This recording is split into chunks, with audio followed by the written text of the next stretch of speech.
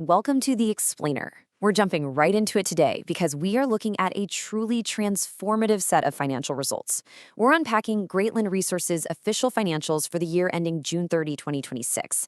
Now, this was their first full year operating the Telfer mine under sole ownership, and honestly, the numbers they've posted are just incredible.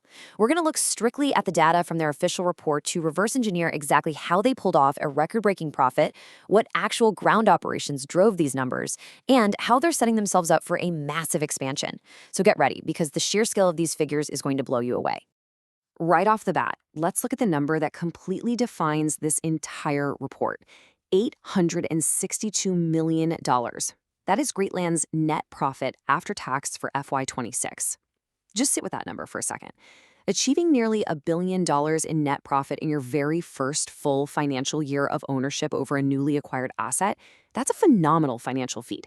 So everything we're looking at today is going to trace exactly how they hit this massive figure, and more importantly, what they're actually doing with all that cash. To make sense of it all, here is our roadmap for today. First, the $862 million profit. Second, the cash flow behind the surge. Third, operations over at the Telfer mine. Fourth, the Havieron mega project. And finally, looking ahead to FY27. Okay, kicking things off with Section 1, the $862 million profit. So this is the official document anchoring our analysis today, covering the financial year ended June 30, 2026. As you can see, this represents the first full financial year of Telfer ownership since Greatland acquired it back in December 2024. And calling it successful is honestly an understatement when we look at what this ownership change has unlocked. Our main goal right now is tracing exactly how this operation yielded that headline $862 million profit. To put these figures into perspective, let's hear from the folks at the top. Managing Director Sean Day really summed it up perfectly. He stated, FY26 was another transformative year for Greatland, delivered net profit of $862 million, or roughly $1.28 per share, and free cash flow of $737 million. He credits this huge win to significant productivity improvements across both the open pit and underground operations, paired with a seriously strong metal price environment. And the sheer velocity of growth here is wild when you compare FY26 to FY25. Check out these triple-digit percentage jumps across the board. Sales revenue jumped 136% to over $2.2 billion. EBITDA, that's your earnings before interest, taxes, depreciation, and amortization, rocketed up 186% to over $1.3 billion. And of course, that net profit after tax leaped 156% to hit our magic number of $862 million. It's practically a masterclass in how to scale up operations profitably. Moving right along to Section 2, behind the financial surge. Let's talk cash flow and liquidity. Because look, profit on a ledger is one thing, right? But how does that actually translate to usable cash in the bank? Well, their free cash flow absolutely exploded from $144 million in FY25 to an unbelievable $737 million in FY26. We are talking about a 413% year-over-year leap. Now, why does this matter? Well, free cash flow is the absolute lifeblood of organic growth. It's unencumbered cash that they can pour directly back into expansion, exploration, or debt reduction, all without having to dilute their shareholders by raising new equity. So the real takeaway here is how this cash generation has massively fortified their balance sheet. Greatland closed FY26 with a total available liquidity of over $1.76 billion. That's nearly $1.3 billion in actual closing cash, plus $475 million in undrawn corporate debt facilities. And get this, those debt facilities come with zero mandatory hedging requirements. That means Greatland remains fully exposed to the upside of strong gold and copper prices. They haven't just had a good year, they've built an absolute war chest. Let's shift gears to Section 3, operations at the Telfer mine. Time to look at the physical dirt moved.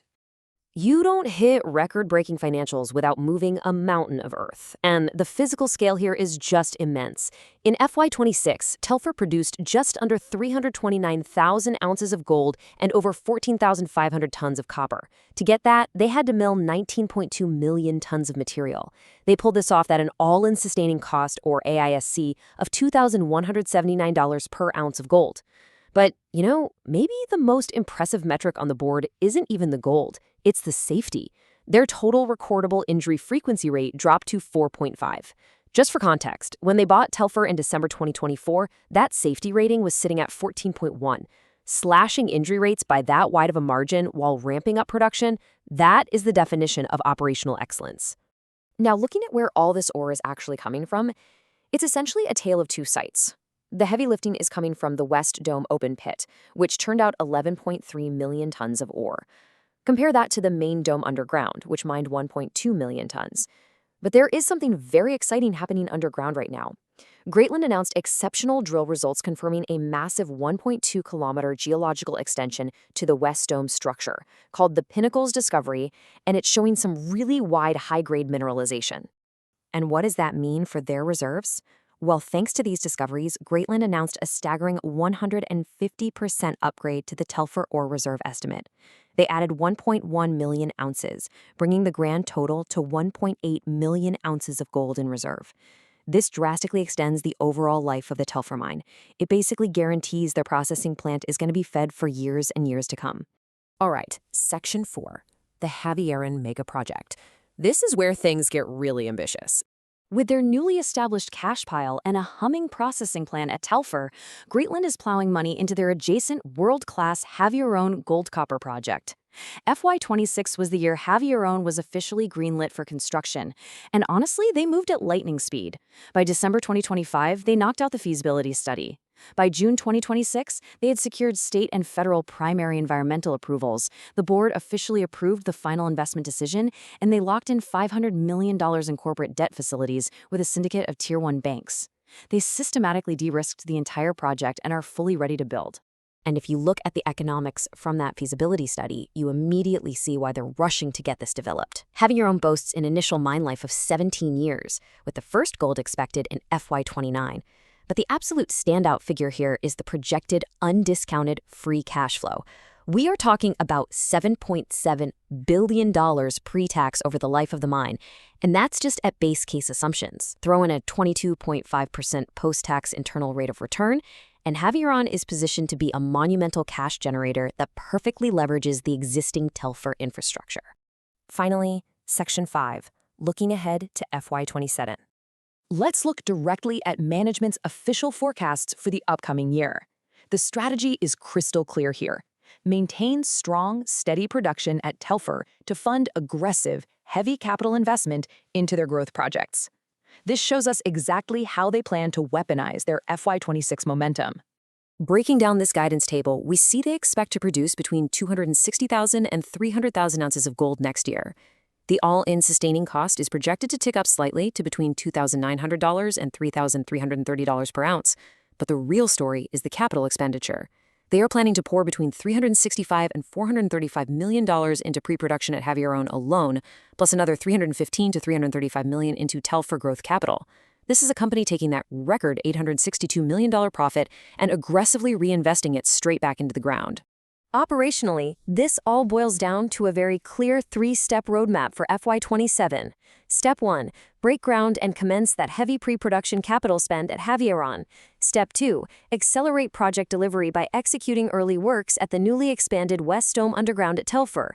And Step 3, relentlessly continue exploration with 215 kilometers of growth and conversion drilling planned just to find even more resources. Which leaves us with this final thought. Greatland closed out FY26 having successfully integrated Telfer, generating an incredible $862 million profit and securing nearly $1.3 billion in cash. They've drastically improved safety, extended their existing mine life, and fully greenlit a massive new underground project in Havieron. So, with this absolute war chest and a clear, aggressive operational roadmap underway, is Greatland poised to completely dominate the Paterson region for the next 2 decades? It is a fascinating question, and looking at the data in this report, they certainly have the capital and the assets to do it. Thanks so much for joining me on this explainer. I hope it helped you decode the staggering numbers behind Greatland's breakout year.